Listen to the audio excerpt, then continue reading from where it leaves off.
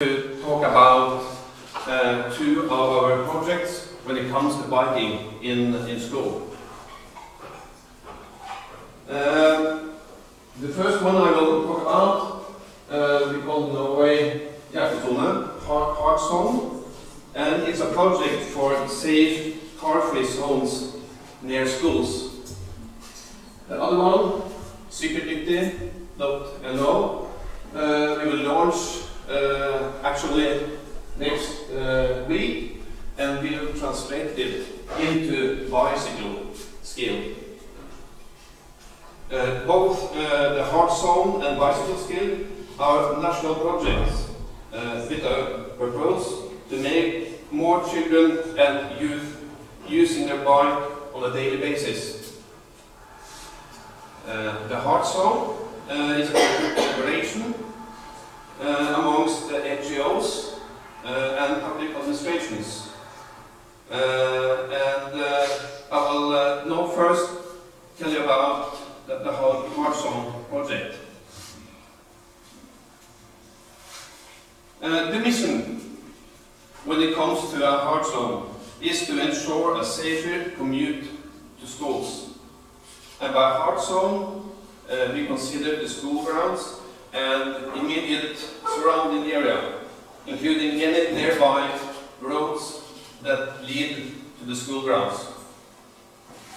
The term Hjertesone is chosen to emphasize how important the outdoor area is for pupils on the daily life, and to ensure that the area is made safe for use for all kids.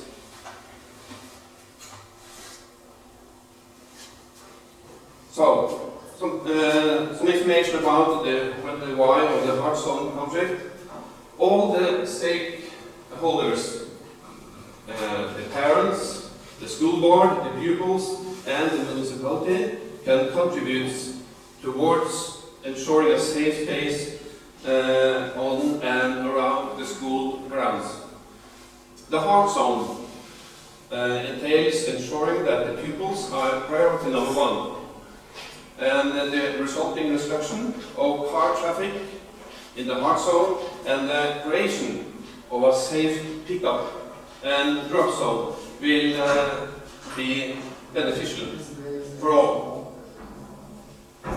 This unchanged shift in priority made by creating a Hjertesone will ensure a better and safer commute for the pupils, whether they travel by bike or by foot. So, here you see the member organizations in the Hjertesone project. Our organization, the Norwegian Cyclist Association, and we work then together with the Norwegian Public Road Administration and the police and the NGO called Hjertesone, a traffic safety NGO. And then further on, the Norwegian Directorate of Health, and also Miljøagentene, which is an environmental protection NGO for kids, and finally the parent group for the private school in Norway.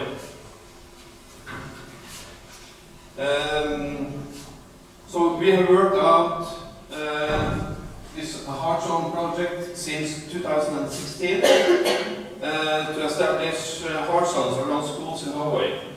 Kids want to walk or bike to school, but are often instead taken by car out of convenience or due to safety concerns.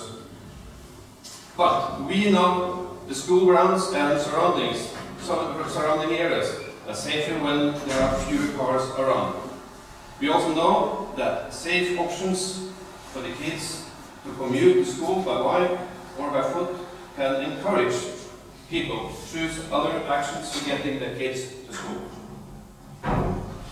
The time spent hanging out with friends, being active outdoors, and learning to navigate the local roads and neighborhood is time well spent on a daily commute for kids.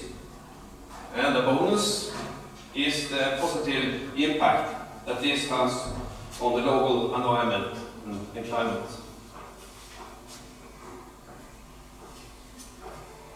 So, what is really a hard zone? It's important to say that there are no one way to develop a hard zone, nor one correct solution, but rather several possibilities. School grounds and the surrounding areas differ. Solutions to minimize traffic and establish a hard zone must therefore be tailored to each school. And it is not a finished product, but rather the sum of efforts. And efforts, they are large or small, and to establish a safe, the most important is to establish a safe space. Some solutions may be quick and easy to establish, while others demand more time and resources of the key stakeholders. But there are some commonalities. Let me summarize. There are traffic safe zones around the primary schools. The measures have been put in place to reduce car traffic, or car-free zones has been introduced. There are drop zones for children. The parents can drop off their kids to a designed spot for this purpose. The kids can then continue safe by themselves to school. And improved conditions for walking and cycling to school have been incorporated. On the web page, there's a guide for becoming a hard zone school. It contains a toolbox with the brochures, graphical profiles, advice for events, good examples, and so on. The guide is unfortunately only in Norwegian, but let me give you examples of what the municipality can do. They can ensure that the kids have safe options for their commute to school.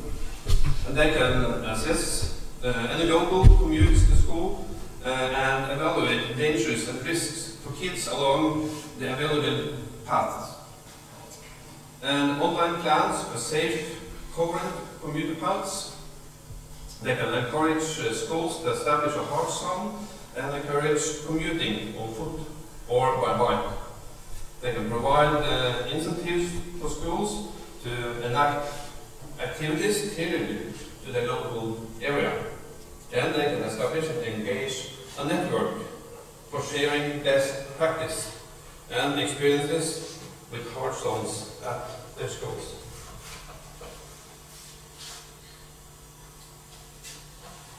There are lots of hard zone schools throughout the country. Altogether, there are about 70 hard zone schools.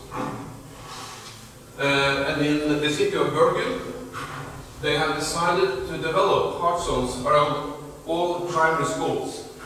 And I think in altogether there will be about 100, close to 100 schools when they are finished with these plans. And the city of Oslo is gradually increasing the number of hard zone schools, and the potential there is high.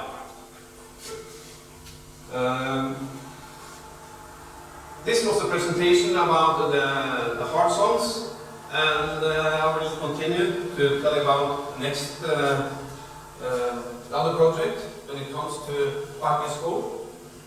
So just change this presentation just a second. As I told you, we call this project Sykkeldyktig. The bicycle skill, and it's a national online portal for elementary school in Norway. And as I mentioned, we will launch it next week on Tuesday. The portal will give children equal opportunity to learn about road safety and become bike literate. But I'll first give you some background for the work with this portal. A new European report published on the International Day of Education, it was last week, states that traffic training in schools really works. The report was made by the European Transport Safety Council. And further on, the countries in Europe with the best road safety training also have the fewest accidents, it says in the report. And this according to analysis made of existing knowledge and experience exchange between European countries. The report is based on findings by an expert panel, and the panel has mapped the status of road safety training in European schools. This new report sets forth recommendations in form of key principles that should be implemented in all European countries in order to ensure that everyone, and especially children and youngsters, receive high-quality road safety and mobility education. And when we have worked with this portal, we have followed the key principles which are relevant for our portal.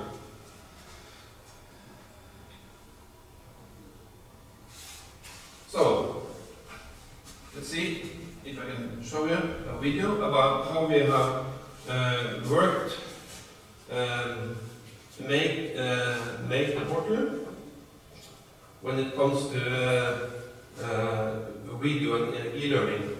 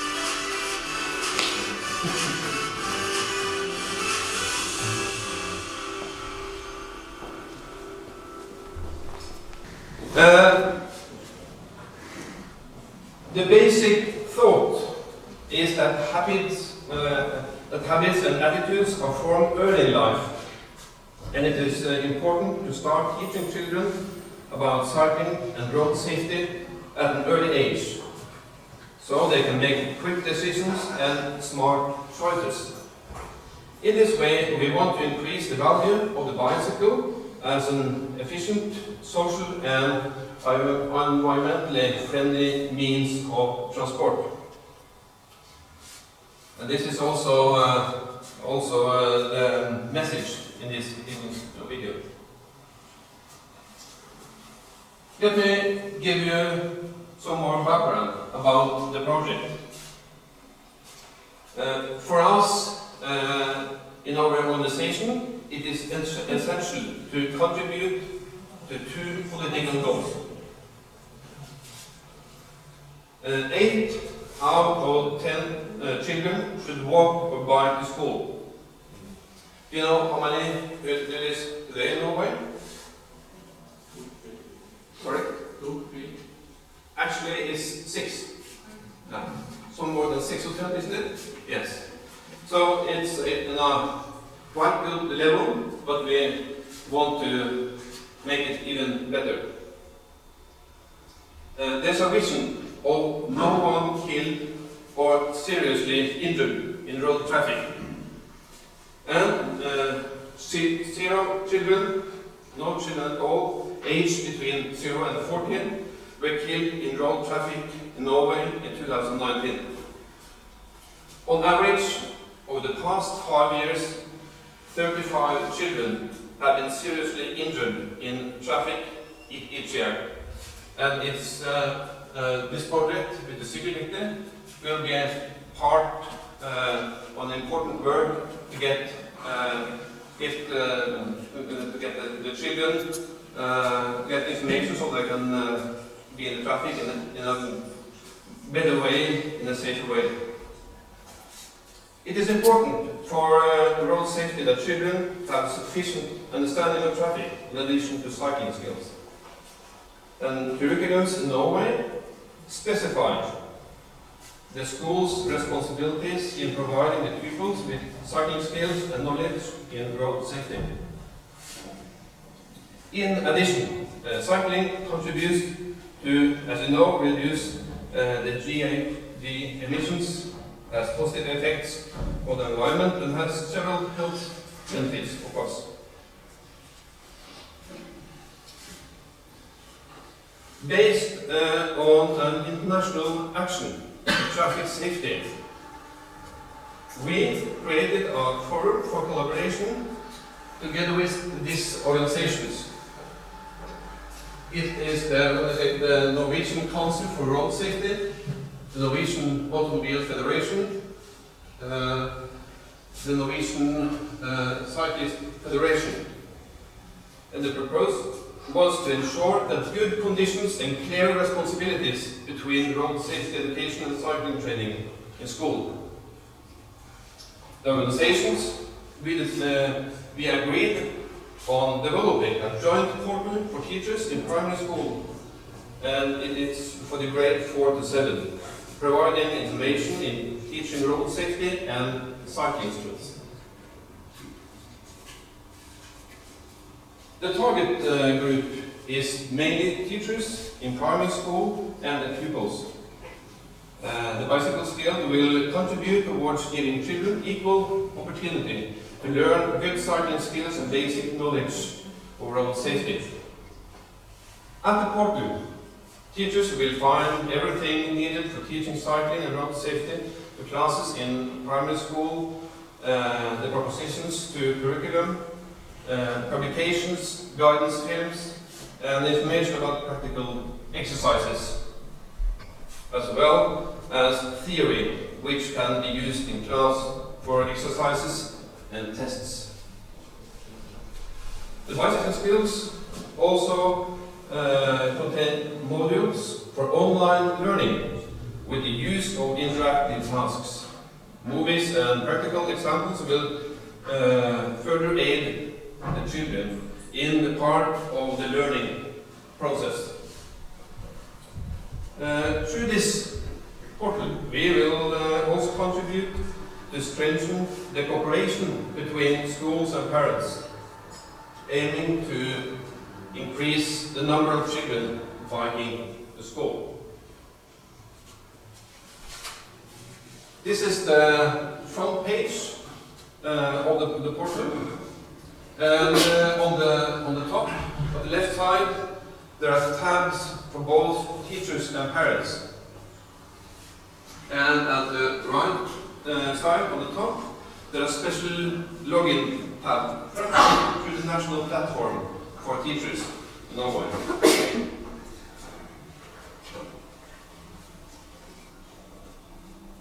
This is an overview for the teachers. And here you find the information about how bicycle skill can be integrated into the school's own annual plans. And it also shows how to facilitate interactive e-learning, while the pupils who can do assignments on their own before lessons and discuss exercises with the rest of the class. And they also find information about how the theory can be put into practice in the traffic. And in the end, how to collaborate with the parents. They are the children's first and most important traffic teachers. By practicing with their own children and supporting school education, the parents help develop good cyclists and road users. And here, information for the parents and guidelines. And the guidelines for the parents will help them teach the children to bike. And other resources for the parents are instructions for bicycle requirements, maintenance of bike, and other equipment needed for safety of bike. Also tips and advice for fun cycling activities with the children are provided.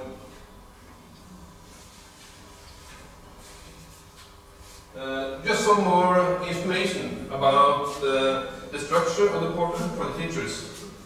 It is divided into chapters following the pupils' progression, and the theory is explained through educational paths with illustrating films.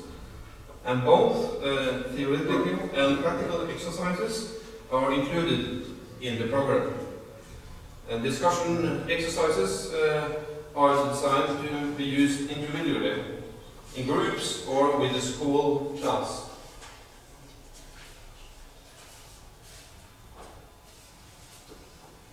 To summarize, Cykkeldyktig.no is an interactive portal. In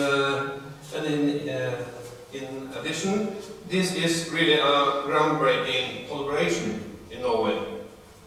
It gives us an opportunity to inspire, motivate, and assist teachers as they again inspire and motivate their pupils. We do this by delivering a complete portal for coordinated activities and teaching for schools and teachers. The portal is a tool to educate and create safety conscious and considerate future traffic participants. And in all this work, we emphasize that finding joy in biking creates a foundation for a healthy and active lifestyle. Thank you.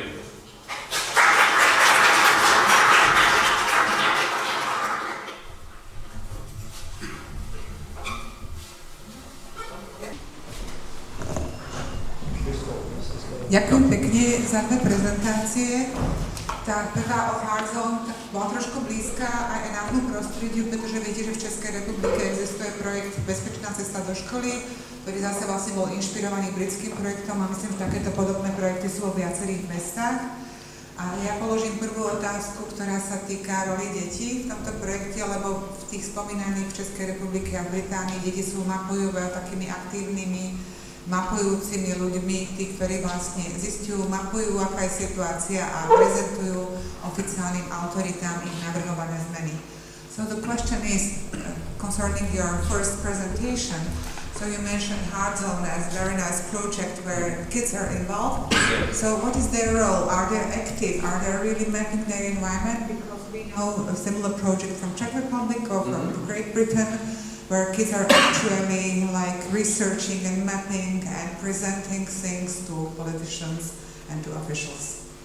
I think that is the situation in some schools, but as I mentioned, this can be made in many different ways.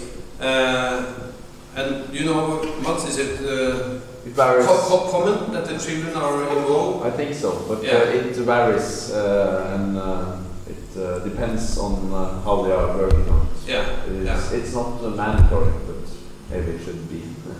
Yeah. Takže dlhá otázka, krátka odpoveď a teraz už dávame priestor vám. Nech sa páči. Kto by chcel komentovať alebo položiť otázku vo vzťahu k týmto projektom? Nech sa páči. A practical question: how the children wear school bags? They wear I think in school, or they wear it on bike? I didn't quite. School bags, so they are like backpacks. So Yeah. do they keep it on the bike or do they keep it in the school? What is the answer? It depends. It's a question about how they get their school back to school Exactly. on their back. But if they are on the bike, so maybe Yeah, they keep it on But that's not really a problem. No, it's on their back even though. Is it said to be a problem here? With bag on bag, it's complicated to. But if they bring them like this and buy it? Their rucksack. Yeah? Is it normal to use a rucksack? Maybe it's a question because we have like bigger backpacks and a lot of school. Our children wear 10 kilo bags to the school every day. And it's not a rucksack? Yeah. Okay. But it's quite heavy. Practical. Can they leave some of the books or other things at school? Or do they have to bring all of it back and forth? It's the question. But here, in Slovakia? Okay. Okay, thank you very much. Takže ďalšia otázka. Petra?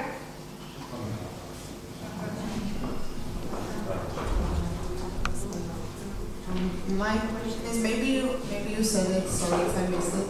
So is the educational process that schools have, is it somehow, like, does it include anything about commuting or traffic, or is it totally up to the creativity of the teachers to bring this to the children at schools?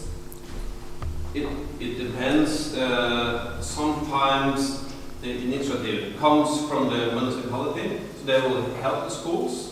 And I think in other cases, it started with a teacher which are especially eager to implement this in the schools. And then I don't know if it's often, but sometimes they do this in cooperation with the children, the pupils, to make it the way they, also the children think it should be made. But it depends. The different solutions and different ways to make it for the different schools, and the work can continue in the whole Hjertesone period, because they have to make changes when they get new roads and so on. So if they see that some solutions are not good enough, they have to work with it continually, and also often together with the pupils.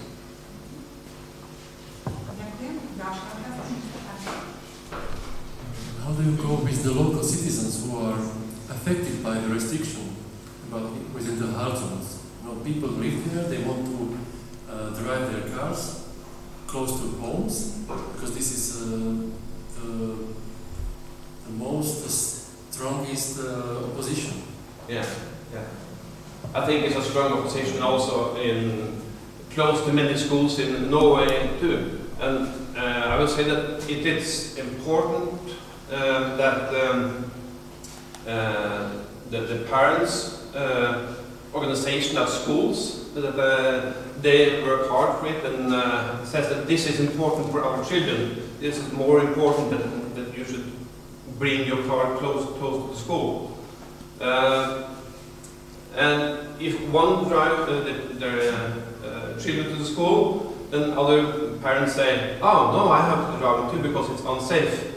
And this is the wrong way to do it. Then you have to turn it around and say that, okay, it's not important that only you get the benefits you want to. It's important that all children have a safe zone and is more healthy, safer and healthy and much nicer. But of course, in some schools, they're quite hard work to make it in a good way. But there are a lot of examples that it's possible to make it. It seems that you are behind the horizon already. Because you say that the school parents association support you, but they are drivers as well, so it's the part of the problem in Slovakia still. Yeah, I will say maybe it's a problem It's a big mass. also in this parents group in some schools, but maybe some parents which has these important positions, if they are eager, that is possible to make these good solutions. Thank you very much.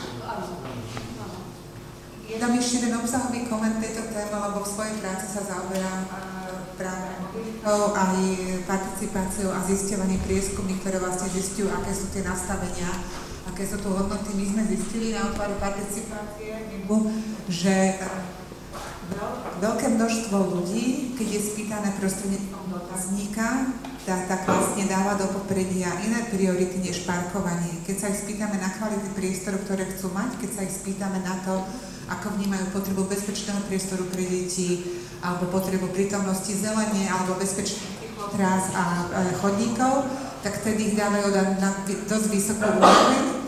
Keby sme sa ich spýtali, chcete viacej parkujúcich miest, tak dostaneme iné odpovede. Ale to, čo sa nám stáva, že aj keď máme vlastne z takýchto výskumov veľké množstvo dát, že naozaj treba z Komenského námestiu bolo zapojených 1400 ľudí a z dotazníka nám vyšlo obrovské percento ľudí, ktorí chceli riešiť parkovanie na Komenského námestí v zmysle eliminácie parkovania. Potom stačí jedno verejné stretnutie, kde príde jeden človek, ktorý je veľmi silný v svojich názoroch a je počuteľný. Takže už to len tak uzavriem, že môže by stálo za to zvoliť spôsob, že akým sa budeme pýtať, ako si budeme overovať tieto veci u väčšiny. Okay. Dobre, tak tiež potvrdiť, že ľudia, ako náhle ich oslovíte s dotazníkom a vedia, že vlastne sa to robí, ten prieskum sa robí preto, lebo chcete nejakým spôsobom buď budovať cyklotrasa alebo niečo, tak oni majú také sklony, a to aj teda psychológovia nám potvrdili, byť za pekného. Napriek tomu, že je ten dotazník anonymný, tak nenapíše tam úprimne, že nebicykloval by som ani za nič, lebo jednoducho proste chodím autom a je to pre mňa pohodlné, ale sa tak za pekného urobí a napíše, že tak jedenkrát do týždňa by išiel, alebo dvakrát. A potom naozaj, ja som to začala skúmať, lebo my sme robili dopravno-sociologický prieskum v Banskej Bystrici a mi tam vybehlo také číslo, že 6% ľudí bicykluje, čo v Banskej Bystrici, keď 1% bicykluje, tak si kúpim šampanské. Takže ako hovorí Zorka, že treba dávať pozor aj na to, lebo oni tie prieskumy pomerne dosť veľa stoja, keď si to dáte normálne. My nám to robila UMBčka jedno s druhým a viete, nemáte nič iné, máte ten prieskum, musíte s tými číslami ísť vonku a potom to vyzerá úplne inak, ako to naozaj je. Takže naozaj face-to-face stretnutia, verejné diskusie sú asi viacej lepším obrazom ako tie dotazníky, no. Čo vám poviem, chceme byť za pekných. Ja by som to ešte posunula, pretože vlastne vychádzame aj z tých dotazníkov, lebo je to čosi, čo sme dostali. Tomáš, nech sa páči. Ja sa spomínam, ale mám ešte jednu otázku, nie komentár.